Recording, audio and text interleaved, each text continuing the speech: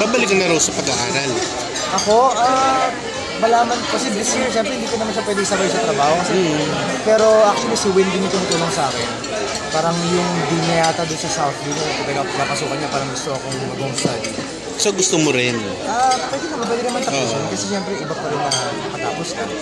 So malamang si Win naman talaga nagpupush sa akin, lalo na sa mga mas magagandang bagay na pwedeng gawin. Si Win talaga tumutulong sa akin. Dati hindi ka motivated sa ganun. Hindi. Hindi naman sa siya motivated, pero di ba mas, I don't know, kasi mas pinupush ako ni Win to do mas na yung mga bagay na mas talagang kailangan ko sa buhay.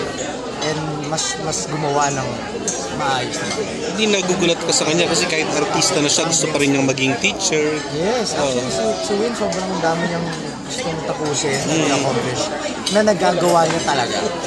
Matalino mo siya. Oo, hindi yung isang factor eh. Talaga, like ngayon, busy siya, inaayos yung business.